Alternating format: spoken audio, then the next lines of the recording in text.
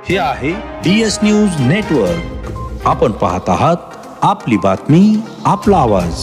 नमस्कार, मी दिनकर शिंदे. आपण पाहताय DS न्यूज. तुमचं मत माझं मत मध्ये आपलं स्वागत. मित्रांनो, महत्वाचा विषय आणि गंभीर बातमी आपल्या समोर मी घेऊन येतोय. तो म्हणजे सध्या मराठा आरक्षणाच्या संदर्भातला प्रश्न महाराष्ट्रभर पेटून उठलेला आहे आणि विशेषतः महाराष्ट्रातल्या तमाम घराघरातल्या प्रत्येक माणसाचं लक्ष हे आपल्या इलेक्ट्रॉनिक मीडिया असेल, सोशल मीडिया असेल, याच्या माध्यमातून फक्त मनोज जरांगे पाटील यांच्या आंदोलनाकडे लागलेले.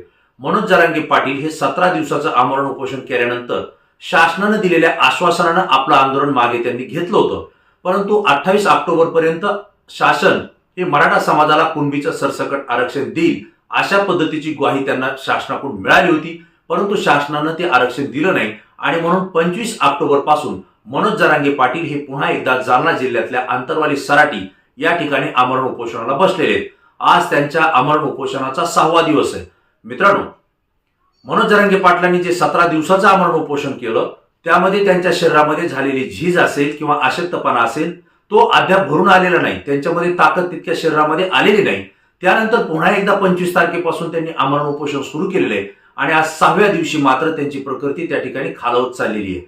मनोज जरांगे पाटील नेमकं भूमिका काय मांडतायत याकडे संपूर्ण मीडियाचं लक्ष आहे, संपूर्ण राज्यकर्त्यांचं लक्ष आहे, सामान्य माणसाचं लक्ष आहे. त्यामुळे सकाळी झोपेतून उठल्याबरोबर जवळपास 20 ते 25 टीव्हीचे आणि सोशल मीडियाचे कॅमेरे त्यांच्याकडे नजर लावून बसलेले असतात आणि झोपेतून उठल्याबरोबर ते प्रतिक्रिया त्या ठिकाणी आपली देतात. त्याच प्रतिक्रियेप्रमाणे आजही त्यांनी मीडियाला प्रतिक्रिया देण्याचा प्रयत्न त्या ठिकाणी केला. परंतु दुपारच्या वेळी मनोज जरांगे पाटील यांनी मीडियाला प्रतिक्रिया देत असताना त्यांचा हात पूर्णतः लटलट होता, थरकाप त्यांच्या हाताला उडलेला होता आणि थरथरत्या हाताने त्यांनी माईक त्या ठिकाणी पकडला. 2 शब्द ते माईकवर बोलले आणि त्यानंतर मात्र त्यांच्या हातातून माईक निसटला. मनोज जरांगे पाटलांच्या हातून माईक निसटला त्याच वेळी लाखो मराठ्यांच्या काळजाचा ठोका चुकला. हे मला आपल्याला या ठिकाणी आवर्जून सांगायचंय. मित्रांनो, आज आपण प्रत्येक जण घरामध्ये बसलेलो आहोत. कदाचित आपण टीव्हीच्या समोर बातम्या पाहत आहात किंवा मोबाईलवरती सोशल मीडिया युट्यूब चॅनलच्या बातम्या आपण पाहतायत. प्रत्येक बातमी आपली एकच असते की मनोज जरांगे पाटलांची भूमिका काय झालेली आहे, मनोज जरांगे पाटलांची परिस्थिती काय, मनोज जरांगे पाटील आता नेमकं राज्य सरकारला काय बोलतील. या व्यतिरिक्त राज्य सरकारनं मनोज जरांगे पाटील यांच्या मागणीच्या पद्धतीनं कुठला निर्णय घेतला असेल किंवा मराठा समाजाचं आरक्षण राज्य सरकार कोणत्या वेळी जाहीर करेल हे सगळ्या बातम्या आपण पाहतोय.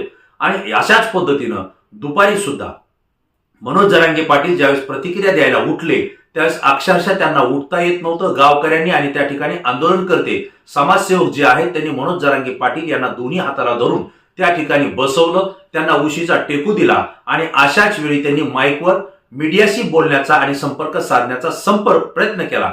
परंतु यावेळी मात्र त्यांचा जो थरथरणारा हात होता तो मीडियाच्या प्रतिनिधीला सुद्धा त्या ठिकाणी पाहवला नाही आणि अशाच वेळी त्यांच्या हातून तो माईक सटकला. मित्रांनो, यावेळी आम्हा मीडियाच्या प्रतिनिधींसह महाराष्ट्रातल्या लाखो मराठा समाज बांधवांचाच नव्हे तर त्यांना पाहणाऱ्या प्रत्येक मराठी माणसाचा, महाराष्ट्रातल्या माणसाचा हृदयाचा ठोका चुकल्याची प्रचिती या ठिकाणी आम्हालाही मिळाली.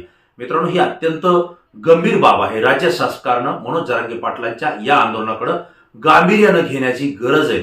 कारण आमरण उपोषणाचा आज 6वा दिवस आहे. ते पूर्ण थकलेले, कदाचित आणखी 1 किंवा 2 दिवसानं ते प्रशासनाशी किंवा मीडियाशी बोलू शकणार नाही अशी त्यांची स्थिती आहे. त्यांच्या चेहऱ्यावर जर पाहिलं तर आजही अनेक आजार त्यांच्याकडे उद्भवल्याचे लक्षणं त्यांच्या चेहऱ्यावरती दिसत आहेत. कारण अन्नाचाही कण नाही आणि पाण्याचाही थेंब नाही. अशा वेळेस एक माणूस किती दिवस राहू शकतो. पहिले 17 दिवसाचं आमरण उपोषण, ती झीज भरून निघली नाही. आता परत 6 दिवसाचं आमरण उपोषण झालेलं आहे. त्यामुळे राज्य सरकारनं तात्काळ या बाबीकडे गांभीर्यानं लक्ष देऊन हा प्रश्न निपटावा, हा प्रश्न सोडवावा आणि मनोज जरांगे पाटील यांचं उपोषण या ठिकाणी तात्काळ सोडवणं अत्यंत गरजेचं आहे. मित्रांनो, एक किस्सा मला आपल्याला या ठिकाणी आवर्जून सांगा वाटतो की जो की आमचीही मनं त्या ठिकाणी एक मीडियाहून हेलावली. गेल्या 27 वर्षाच्या पत्रकारितेमध्ये अनेक आंदोलनं आम्ही कव्हर केली, अनेकांचे आमरण उपोषण पाहिले, रस्ता रोको पाहिले. परंतु त्या ठिकाणी आंदोलनकर्त्यांनी मीडियाच्या प्रतिनिधींकडे म्हणजे आमच्याकडे लक्ष देण्याची जी पद्धत आहे ती वेगळी. पण मनोज जरांगे पाटील हे मात्र ज्यावेळेसही ते उठतायत, सुरुवातीला ते पत्रकारांना प्रश्न विचारतायत की तुम्ही जेवले का, जेवण केलं नसेल तर अगोदर जेवण करून घ्या, मी तुमच्याशी बोलतो. हे सगळं ऐकल्यानंतर आम्हा पत्रकारांचं मन सुद्धा त्या ठिकाणी हेलावतंय.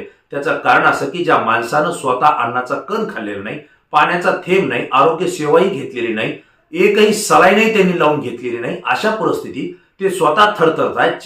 चेहरा पूर्ण काळवंडलेला आहे. ओठ त्यांचे कोरडे पडलेले आहेत. अशा परिस्थितीत सुद्धा त्यांना उठता सुद्धा बसून सुद्धा उठता येत नाही. अशा स्थितीत मात्र ते पत्रकारांना विचारताय की तुम्ही जेवलात का, आणि जेवले नसाल तर अगोदर जेवून घ्या.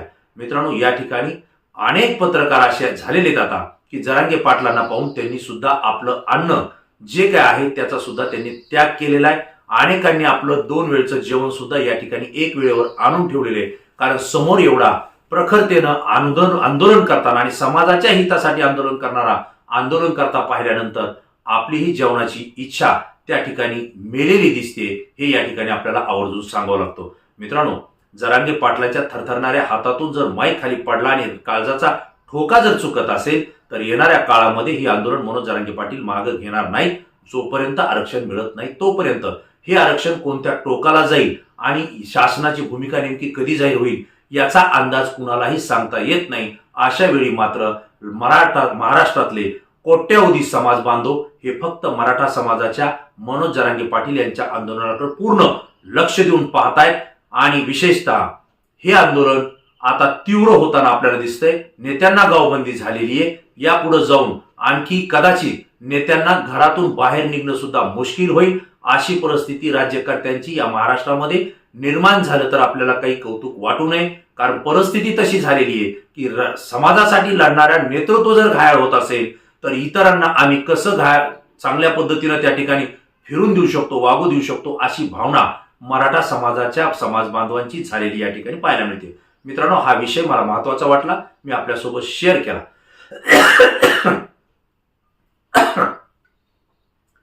ही माहिती आणि हा व्हिडिओ आपल्याला कसा वाटला या व्हिडिओच्या कमेंट्स बॉक्समध्ये निश्चित आपल्या प्रतिक्रिया द्या. कारण तुमच्या प्रतिक्रिया संपूर्ण महाराष्ट्र पाहतोय आणि तुमची प्रतिक्रिया अभ्यासपूर्ण असल्यानं ती आमच्यासाठी सुद्धा महत्वाची आहे. पुन्हा नवीन विषय, नवीन मुद्दा घेऊन आपल्या समोर येईल. तोपर्यंत धन्यवाद.